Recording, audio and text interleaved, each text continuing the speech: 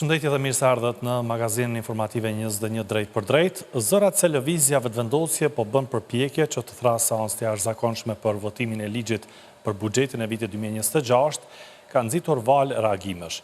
Përfaqësues politik dhe njohës të çështjeve ligjore kanë vlerësuar se kuvendi nuk mund të thrasë seancë të jashtëzakonshme pa u zgjedhur qeveria e re. Ndërkohë, duke theksuar rëndësinë që ka ligji për buxhetin, e cilësuan si paradoksale përpjekjen e lëvizjes vetëvendosje që ta miratoj një ligj të tillë, kur siç u tha, mos miratimi i ligjit për buxhet ka fuqi ta rrëzojë qeverinë. Në prag të përfundimit të afatit ligjor për buxhetin 2026, janë shtuar zërat për një përpjekje të lëvizjes vetëvendosje për miratimin e këtij ligji përmes një seance të jashtëzakonshme. Lëvizja vetëvendosje ka gjetur përkrahjen e 21 organizatave të shoqërisë civile, të cilat janë drejtuar presidentës Osmani për gjetjen e një mundësie për ta shtyrë përpara këtë çështje. Por pavarësisht iniciativës, miratimi i buxhetit në këtë situatë po shihet si mision thuajse i pamundur. Deputetja e Partisë Demokratike të Kosovës, Vlora Çitaku, thotë se nuk mund të ketë seancë të jashtëzakonshme pa formimin e qeverisë. Nuk mund të ketë seancë të jashtëzakonshme dhe buxheti si i tillë nuk mund të hyjë në rend të ditës pa u zgjedhur një qeveri e re. Kjo është dëgjoj shteti përveç tjerave. Civile dhe presidentja kanë përmendur. Për atë arsye, unë jam e hutuar me mungesën e urgjencës nga ana e presidentës. Ajo do duhet ishte këtu që ditën e hënë t'i ftonte partitë politike në takim. Kosova prej muajsh gjendet në një blokadë politike, fillimisht si pasojë mos konstituimit të kuvendit e së fundmi për shkak të dështimit për formimin e qeverisë së re. Ndërkohë, ish-kryetari i gjykatës së apelit Hasan Shala hedh poshtë mundësinë që një qeveri në detyrë të miratoj ligjin për buxhetin. Prandaj kjo është ligj madhor, saqë unë po besoj që nuk është kompetent dhe nuk mundet me e propozu sipas meje. Mirë, po tash kemi eksperta tjerë mund të japin mendime tjera, mirë, po unë mendoj që jo, nuk mundet. Për shkak se kjo qeveri në detyrë e nëse thirrëm ne në 31 ligjit, ai thotë qeveria në ndërheqje. Qeveria në ndërheqje edhe qeveria në detyrë kanë dallim. 31 tetori është afati i fundit për miratimin e ligjit për buxhetin në qeveri. I njëjti ligj duhet të kalojë me shumicë të thjeshtë në 2 lexime në kuvend deri më 31 dhjetor. Sipas dispozitave kushtetuese, në rast se ligji për buxhetin nuk merr votat e shumicës së thjeshtë në kuvend, atëherë parashikohet rrëzimi i qeverisë dhe shpërbërja automatike e kuvendit, thot analisti politik Afrim Kasolli.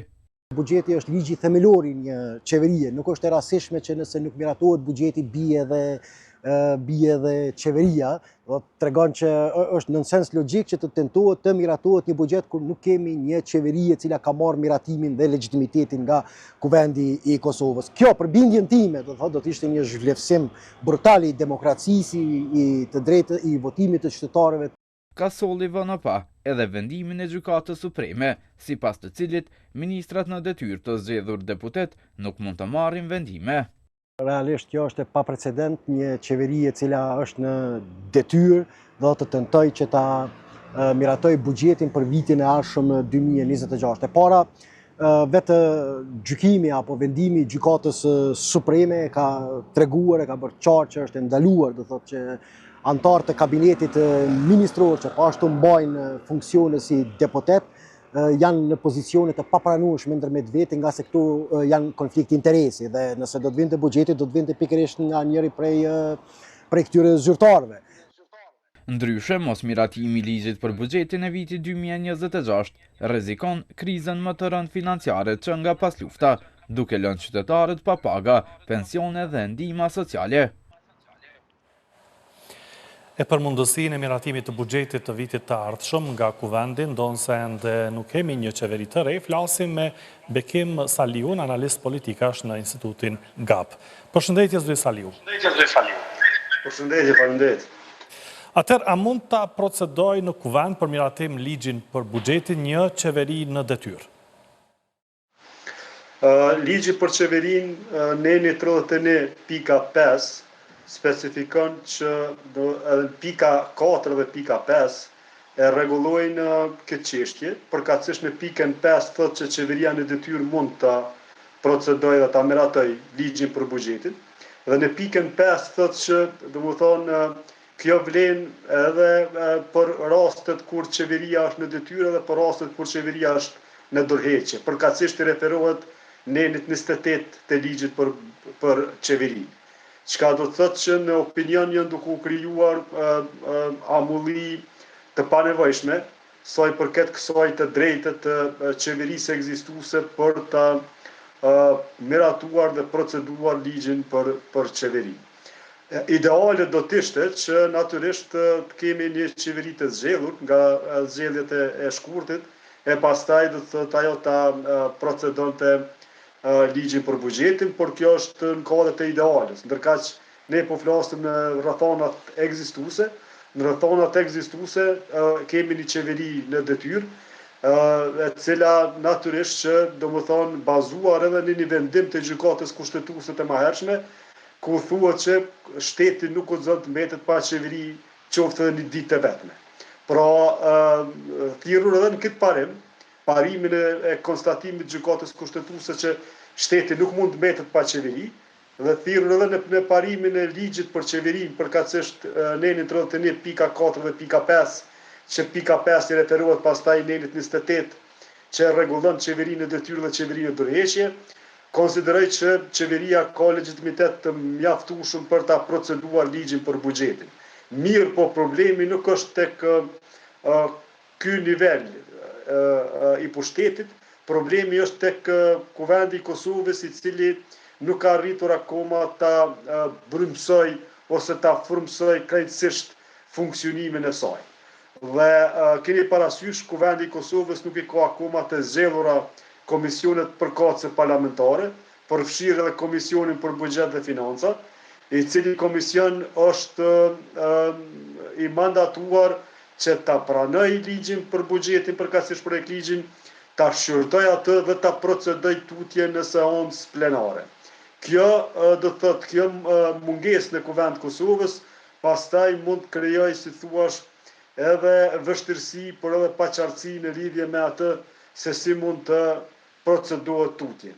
Mirë po, edhe te rasti i mungesës e komisioneve parlamentare, në rast që ka vullnet politik nga subjektet politike, ato mund të formohen nëpërmjet një seance qoftë të rregull, qoftë jashtëzakonshme, dhe pastaj ligji për buxhetin dhe ligji ose ratifikimi i ligjit ndërkombëtar përkatësisht pakos BE-s, e cila i dedikon Kosovës 880 milion, e cila ka qenë po ashtu kërkesë e jonia si shoqi civile që të miratohet në kuadër të kësaj legjislature para shpërbërjes eventuale, sepse akoma nuk kemi një vendim presidentes për shpërbërjen e legjislaturës aktuale. Ne kemi konsideruar që këto dy ligje, përkatësisht këto dy vendime mund t'i marrë Kuvendi i Kosovës. Po ashtu, vetëm ta jap edhe një specifikim. Ka pasur shumë paqartësi në lidhje me atë se si mund të bëhen komisionet parlamentare në Kuvendin e Kosovës, përderisa nuk ka pozitë dhe opozitë, dhe komisionet parlamentare sipas rregullores të Kuvendit ndahen bazuar në numrin e ulëseve të secilit subjekt politik. Pra nuk specifikohet nëse një subjekt politik i takon opozitës ose pozitës, por ato ndahen varësisht nga, do të thotë, ulëset që secili subjekt parlamentar ka aktualisht në dispozicion, përkatësisht që ka fituar nga zgjedhjet e nënshkurtit. Po, zoti Salir, shkojmë me radhë. Pra, sipas jush, sfidat eventuale për miratimin e buxhetit janë në Kuvend dhe jo në qeveri. Pra, edhe qeveria në detyrë ka të drejtë ta procedojë tutje miratimin e buxhetit. Sakt. Do të thotë problemet procedurale, por edhe strukturore, aktualisht në miratimin e buxhetit janë tek Kuvendi i Kosovës dhe jo tek qeveria e Kosovës. Ligji për qeverinë e rregullon, përkatësisht e mundson që një qeveri në detyrë, qoftë dhe një qeveri e dorëhequr, ka të drejtë ta procedoj tutje ligjin për buxhetin. Dhe kjo thuhet shprehimisht, pra nuk ka këtu çështje që mund të kuptohen në forma të ndryshme nga akter të ndryshëm. Por kjo thuhet shprehjesht në nenin 31.4, përkatësisht nenin 31.5 që i referohet pastaj nenit 28. Dhe a i ka vetëvendosje numrat për t'i formuar këto komisione të kuvendit në mesin e tyre edhe atë për buxhet dhe financa, nëse nuk merr mbështetjen e partive të tjera parlamentare për ta bërë këtë? Jo. Vetëvendosja nuk i ka numrat për të bërë komisionet parlamentare dhe as nuk i ka numrat për ta miratuar buxhetin për vitin 2026. Keni parasysh buxheti miratohet me shumicë të thjeshtë, çka nënkupton që nuk kërkohen 61 vota, mirë po kërkohen patjetër 61 deputet prezent gjatë votimit. Kështu që në rast që partitë opozitare, kushtimisht po them opozitare, LDK-ja, PDK-ja, AAK-ja, Nisma dhe lista serbe braktisin kuvendin, atëre vetëvendosja ka të pamundshme ta miratoj buxhetin për vitin e ardhshëm. Dhe po ashtu edhe ti themeloj komisionet përkatëse parlamentare për shkak që duhet shumica e thjeshtë, përkatësisht prezenca për 61 deputetëve në sallë. Pra, jo domosdoshmërisht duhen 61 vota për miratimin e buxhetit të vitit të ardhshëm? Jo, nuk duhen 61 vota, kërkohen 32 vota, mirë po kërkohet prezenca për 61 deputetëve në sallë në momentin që votohet buxheti për vitin e ardhshëm.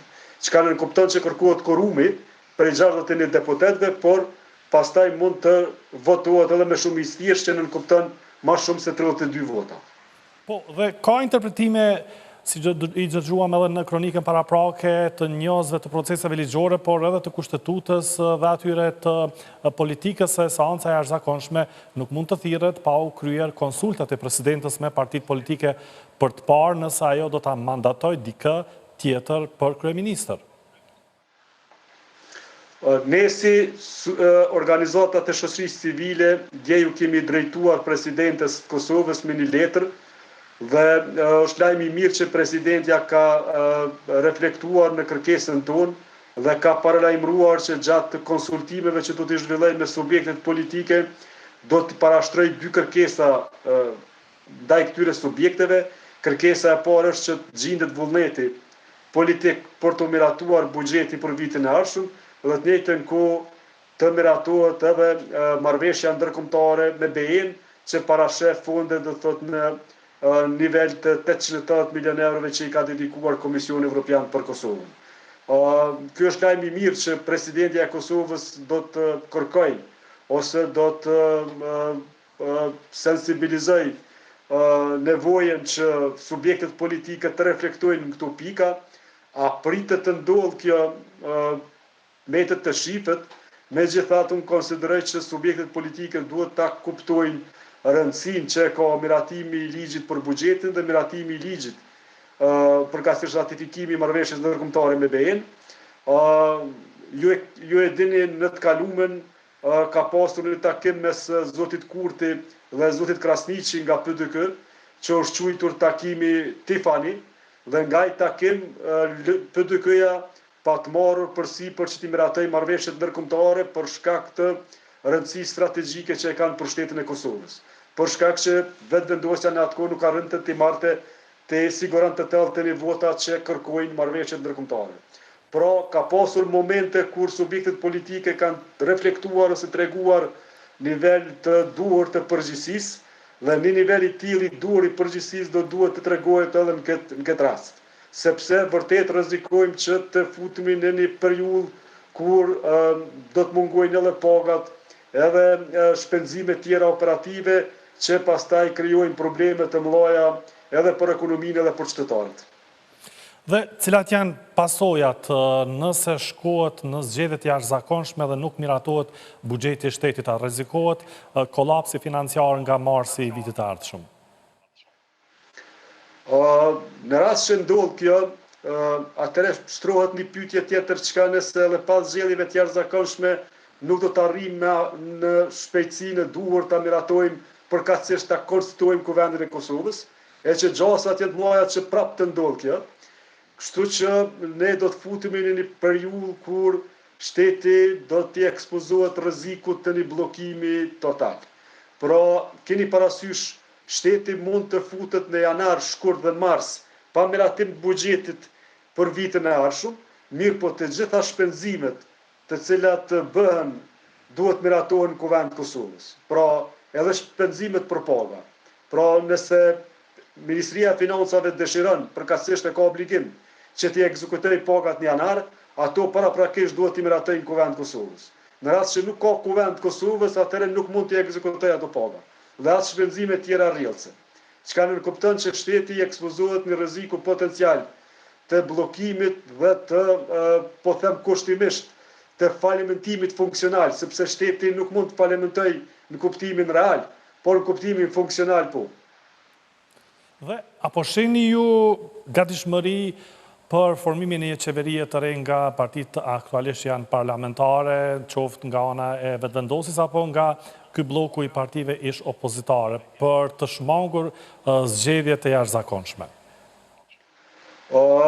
Aktualisht nuk shoh ndonjë reflektim të asnjë subjekt politik që të ketë gatishmëri për ta marrur përsipër themelimin përkatësisht votimin e qeverisë. Pra as tek partitë e dyta, e treta, as tek partia e parë. Kështu që tani më publikisht po deklarojnë që po shkojmë në zgjedhje dhe jemi të gatshëm për zgjedhje. Unë nuk shoh problem nëse partitë janë barrikaduar në zgjedhje. Problemin e shoh që potencialisht zgjedhjet nuk do të mund të provojnë zgjidhje. Dhe kjo do të mund të ishte, do të thotë, problemi tjetër.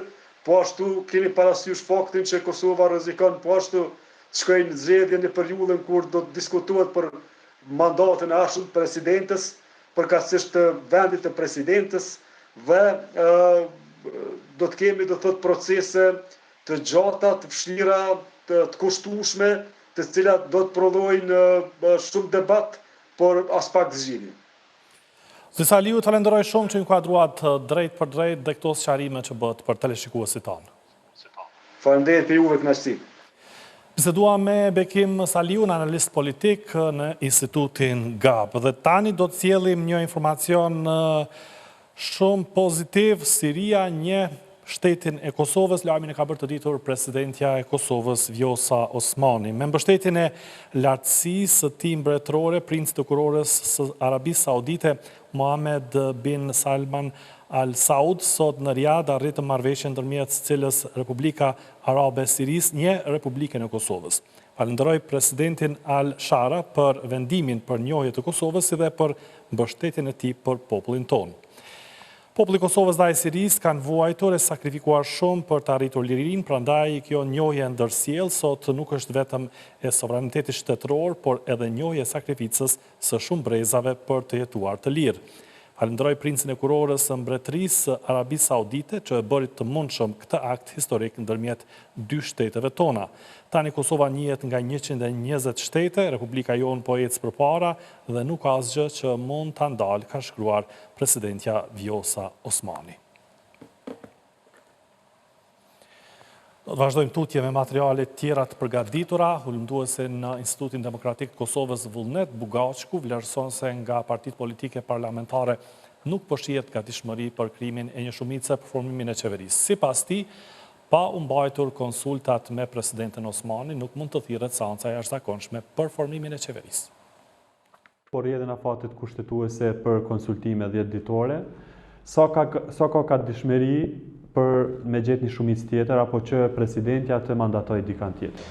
Realisht, duke i parë rrethonat edhe gjendjen faktike që i kemi në terren, nuk po duket që ka ndonjë iniciativë ose të themi ashtu ndonjë lëvizje politike, qoftë nga partia fituese e zgjedhjeve, qoftë edhe nga grupet e tjera ose partitë e tjera fituese të Kuvendit Kosovës, që janë e dyta e treta me radhë.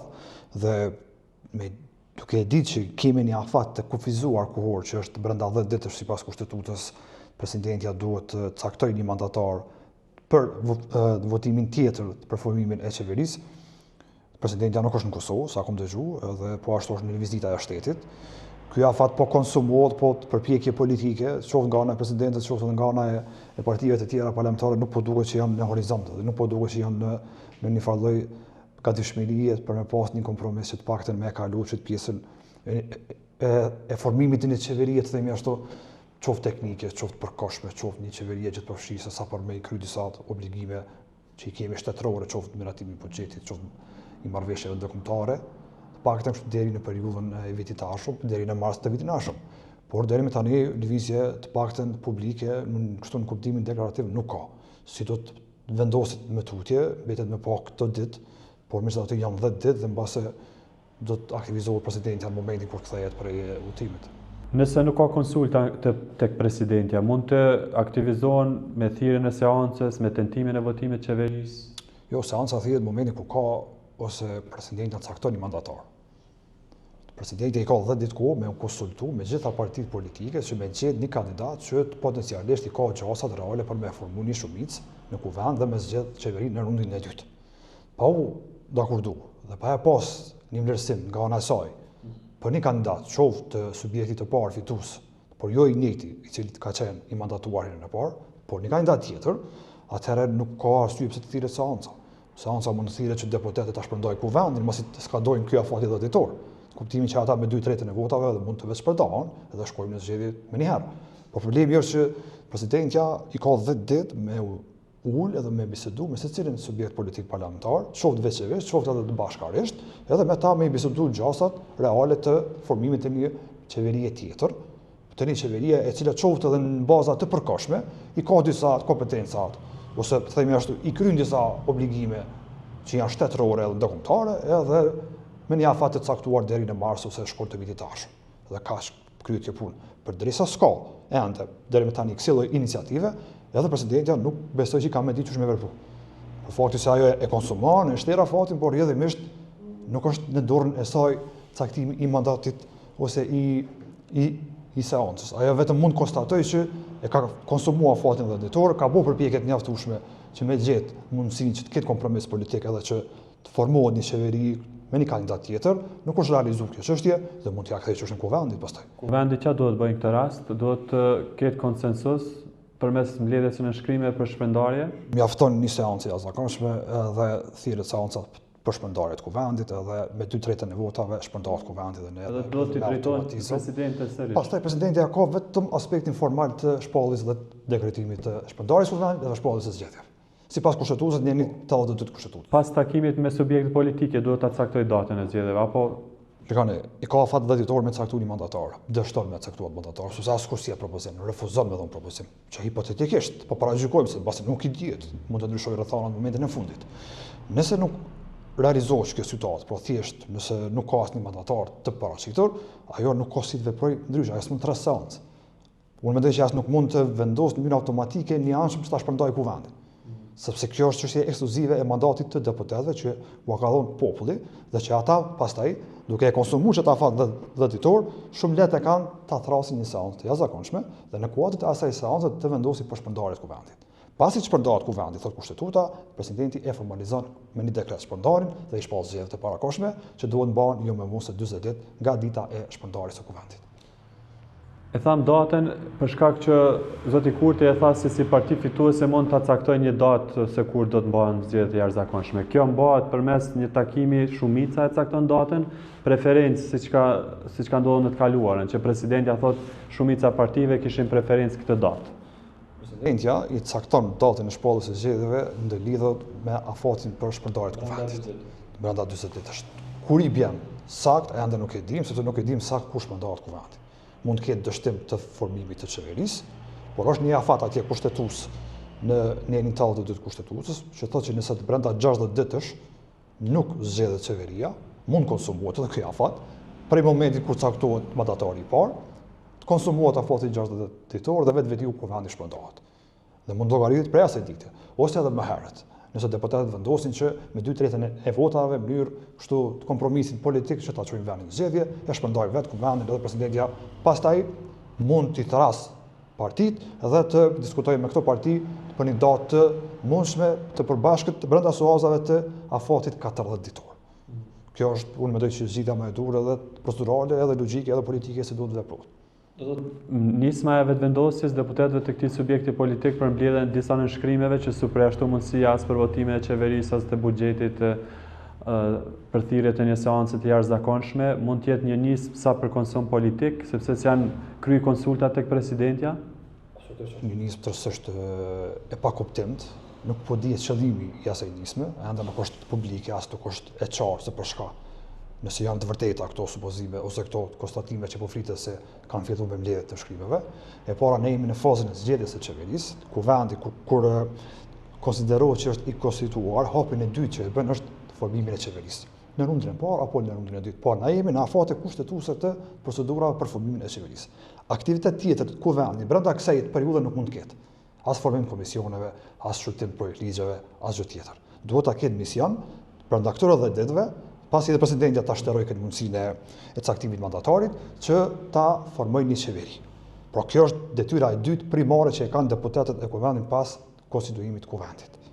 Dhe na jemi në afate kushtetuese të formimit të qeverisë. Pasi të përfundojnë procedurat për formimin e qeverisë, qoftë kuptimin pozitiv apo negativ, atëherë pak para shpërndarjes mund të diskutohet mundësia që këta deputet të kenë me kryer disa punë që është çështje vitale e ligjit të buxhetit, i cili ligj do duhet të dorëzojë deri me datë 31 tetor në kuvend, dhe pastaj kuvendi ka afat deri me 31 dhjetor me përmbyll edhe në leximin e parë dhe në leximin e dytë. Por mund të veprojnë deputetët edhe në procedurë të shpejtuar, kuptimin e asaj që me 80 vota mund vendosin ta shmangin rregullorin e punës kuvendit dhe procedurat e përcaktuara në rregullorin e punës kuvendit dhe brenda një dite mund ta miratojnë me 80 vota buxhetin, duke shmandur procedurat e zakonshme të shfrytëtimit edhe të analizimit edhe të eksaminimit të ligjit të buxhetit.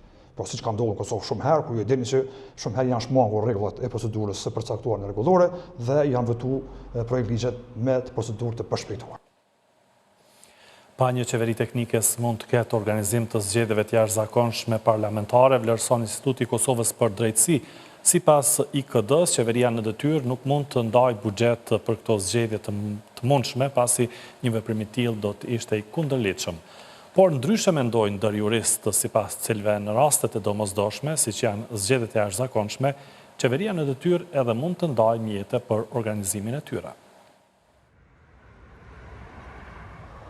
Përderisa çdo ditë e më shumë po përmendet mundësia e zgjedhjeve të jashtëzakonshme parlamentare, sfidë duket të jetë buxheti për organizimin e tyre, me që Komisioni Qendror i Zgjedhjeve nuk ka buxhet të parapar për një proces zgjedhor të paplanifikuar.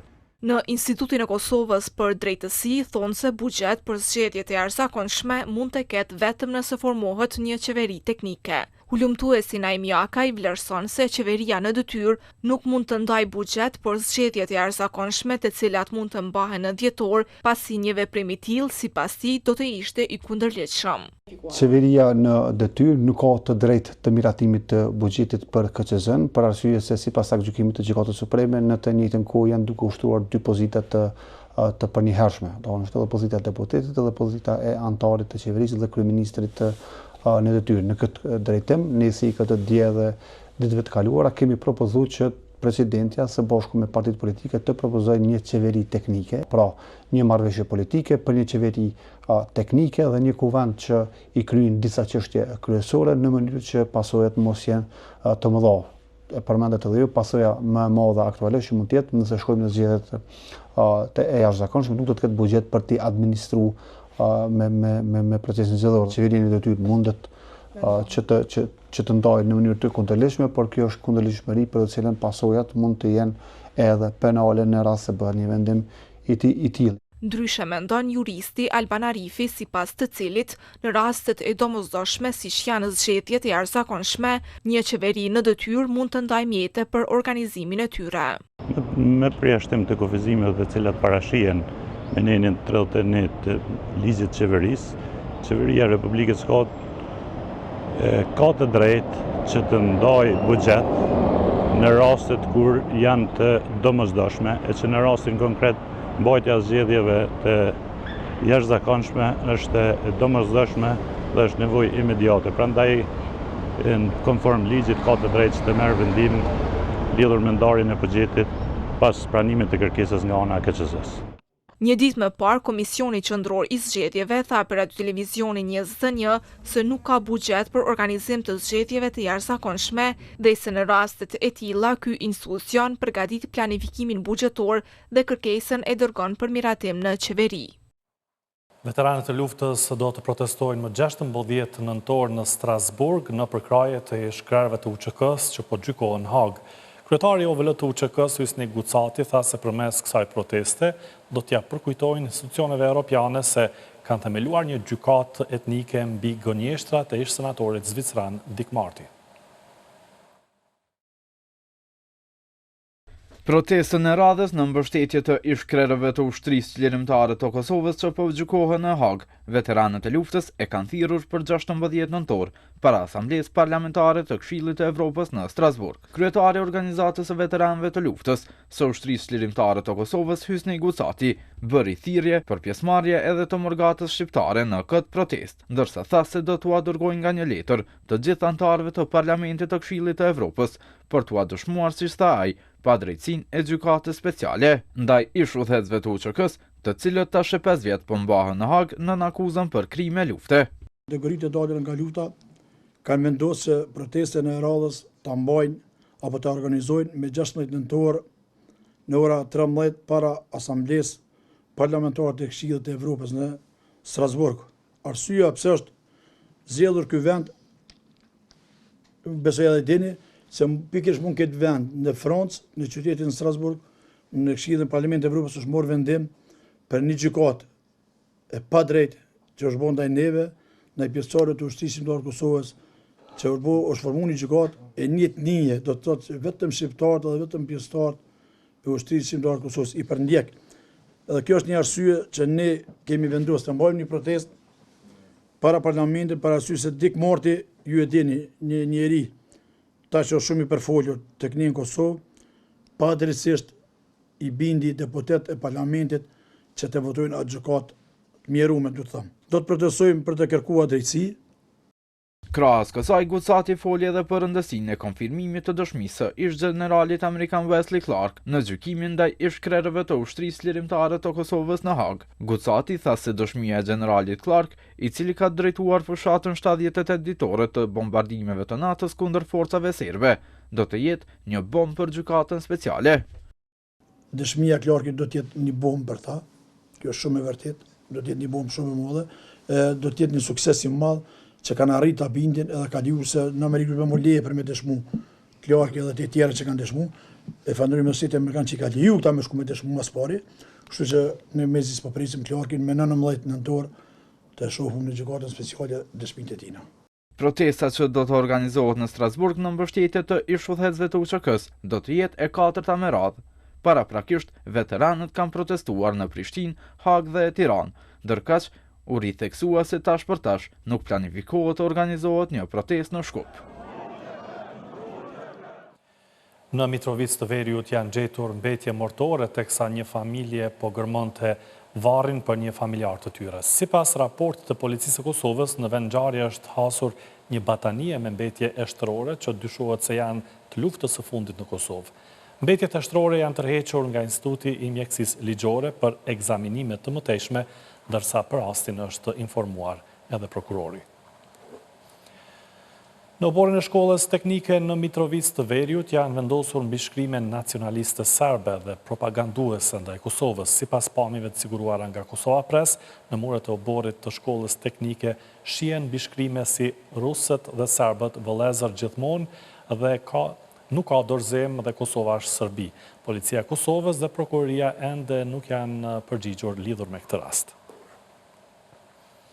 Gjykata Supreme e Kosovës ka refuzuar si të pabazuar padinë e rrjetit të femrave për zhvillim profesional Arrita kundër Ministrisë së Arsimit për mbulesën në shkolla, duke konfirmuar njëherësh kompetencën e mashtit për rregullat e uniformës.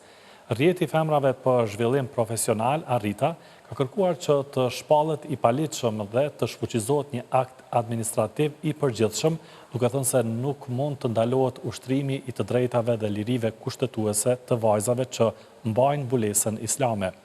E njëjta ka theksuar se me nenin 55.1 të Kushtetutës saktësohet qartë se të drejtat dhe liritë themelore të garantuara me këtë kushtetut mund të kufizohen vetë me ligj.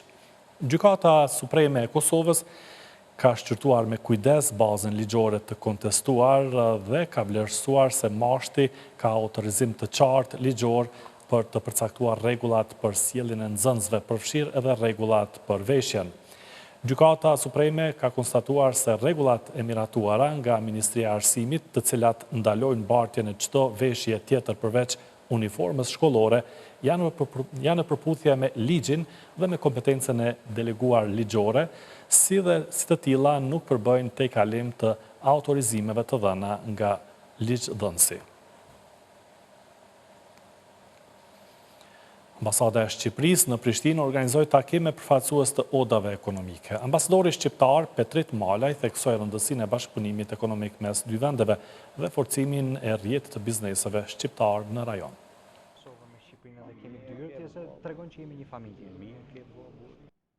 Ambasada e Shqipërisë në Kosovë mbajti një takim me bizneset që veprojnë në Kosovë. Ngjarje kjo që mblodhi përfaqësues të odave ekonomike, biznesmen dhe figura të njohura nga fusha e ekonomisë. Ambasadori i Shqipërisë në Kosovë, Petrit Malaj, theksoi rëndësinë e organizimeve të tilla që forcojnë bashkëpunimin ekonomik mes dy vendeve. Sot ne kemi një takim të parë të kësaj natyre me bizneset nga Shqipëria që operojnë në Kosovë. Ju jam mirënjohës të gjithëve për gjithçka bëjnë. Në këtë pikpamje të këtij bashkëpunimi ekonomik, tregtar, biznesor mes Shqipërisë dhe Kosovës, dhe sot unë i kam ftuar ata pikërisht për t'ju thënë me plot gojën faleminderit dhe ju lumt. Ndërkohë, një pronar i kompanisë së sigurimeve që operon si në Kosovë ashtu edhe në Shqipëri, ndau përvojën e tij për bashkëpunimin ekonomik mes dy vendeve gjatë 23 viteve të fundit. Ne jemi një grup i madh tashmë biznesesh dhe unë do thoja që është kënaqësi që operojmë edhe në Kosovë, edhe në Shqipëri. Klima e biznesit natyrisht që është mjaft e mirë, por që kërkon vëmendje më të madhe për arritjen dhe zhvillimin e saj në të gjitha aspektet. Në këtë takim foli dhe kryetari i Unionit Vizioni nga Presheva, Medvegja dhe Bujanovci, Xhelal Mehmeti, i cili vlerësoi se takimet e tilla janë thelbësore për ndëlidhjen ekonomike të shqiptarëve në rajon. Si Lugina Preshevës jemi të mundua dhe ne, jemi pjesë e këtij takimi që në të ardhmen të njoftohemi me bizneset dhe të njoftohemi me konceptin e të zhvilluarit bizneset mes këtyre shteteve. Kjo është e domosdoshme dhe është shumë e rëndësishme. Vetëm këtë formë mundëm të zhvillojmë bizneset tona, njëkohësisht të zhvillojmë dhe shtetet tona në çështjen ekonomike. Ndërsa kryetari i Aleancës Kosovare të Bizneseve, Agim Shahini, përgëzoi ambasadën për nismën dhe theksoi rëndësinë e vazhdimit të këtyre aktiviteteve. Kosova dhe Shqipëria duhet jenë treg i përbashkët pa kufi, pa taksa, treg i përbashkët që forcon konkurencën shqiptare, karshi konkurencës ndërkombëtare, dhe këtë Aleanca e Biznesit është duke bërë bashkëpunime edhe qeverinë shqiptare dhe me ambasadën edhe me tërë Kosovën. Besoj dhe shpresoj që Kosova dhe Shqipëria do të gjejnë rrugë më të shpejtë të komunikimit, pse jo që brenda vitit 2026 investimet e Kosovës të shkojnë mbi 1 miliard euro. Ky takim u pasi një hap i rëndësishëm drejt forcimit të urave ekonomike mes Kosovës dhe Shqipërisë, duke krijuar hapësira të reja bashkëpunimi për bizneset shqiptare në mbar rajonin. Janë bërë 3 vjet radhazi që Kosova nuk ka propozuar asnjë film për garën prestigjioze të Akademisë Amerikane të Filmit Oscar. Qendra kinematografike e Kosovës bashkë me Komitetin Përzgjedhës edhe këtë vit vendosen unanimisht të mos propozojnë asnjë film.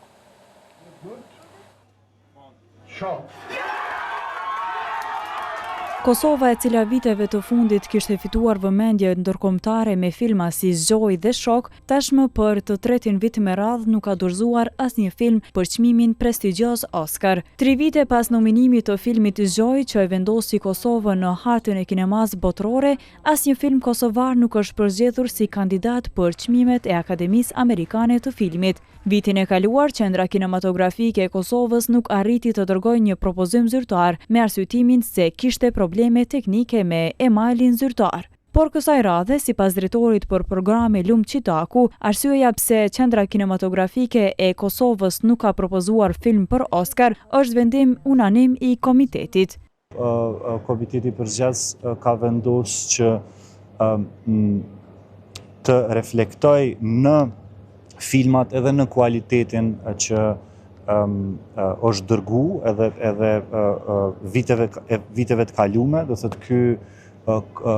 ky standard që kërkon një garë e tillë prestigjioze, që kjo konkurreshmëri në këtë rast edhe me unanimitet ka vendosur që edhe këtë vit Kosova të mos dërgoj propozim. Është mirë që të theksohet po ashtu që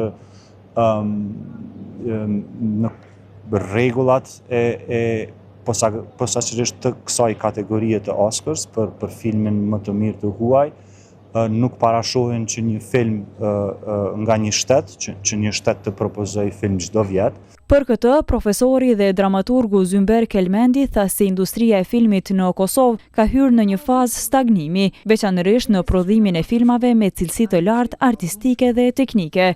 Jemi dëshmitar që kohëve të fundit Kosova ka një stagnim të theksuar jo vetëm në aspektin e propozimit për Oscars, por edhe në pjesëmarrjen në festivale të kategorisë A apo të kategorisë B, që janë festivale në cilat Kosova ka qenë shumë e pranishme, madje edhe fituese në shumë prej tyre. Unë kam shqetësimet e mia tek përzgjedhja, tek juri, tek projekte që përzgjedhen, duke rezultuar pastaj me filmat e cilët me keqarëm do të thënë, por nuk po arrin të kalojnë festivalet, maksimumi festivalet rajonale në shumicën e kohës. Regjisori Ben Apolloni është shprehur i shqetësuar me gjendjen aktuale të kinematografisë së Kosovës. Ai thekson se nëse Kosova nuk ka filma për t'i propozuar për çmimet Oscar, përgjegjësia bie mbi ata që nuk e mbështesin dhe nuk e subvencionojnë mjaftueshëm zhvillimin e industrisë së filmit. Po, unë mundë me thanë që jam shumë i shqetësuar me gjendjen e kinematografisë në vendin tonë. Është shumë shqetësuese që 3 vjet ne nuk kemi një prodhim për ta propozuar në Oscars. Pse qendra kinematografike nuk po propozon, kjo është e çuditshme vërtet, edhe mendoj që ajo është një lloj autogolli që po ja bëjnë njerëzit që drejtojnë qendrën, sepse nëse Kosova nuk pas ka film, atëherë faji është pikërisht e ata që nuk po subvencionojnë, nuk po ndihmojnë në zhvillimin e kinematografisë. Për herë të fundit kur Kosova kishte kandidat për çmimin e Akademisë Amerikane të Filmit, ishte viti 2022 me filmin e Norika Sefa në kërkim të Venerës. Këto ishin gjitha materialet të përgatitura për emisionin e sotëm 21 drejt për drejt. Falenderoj që ishit me ne, mirupafshim.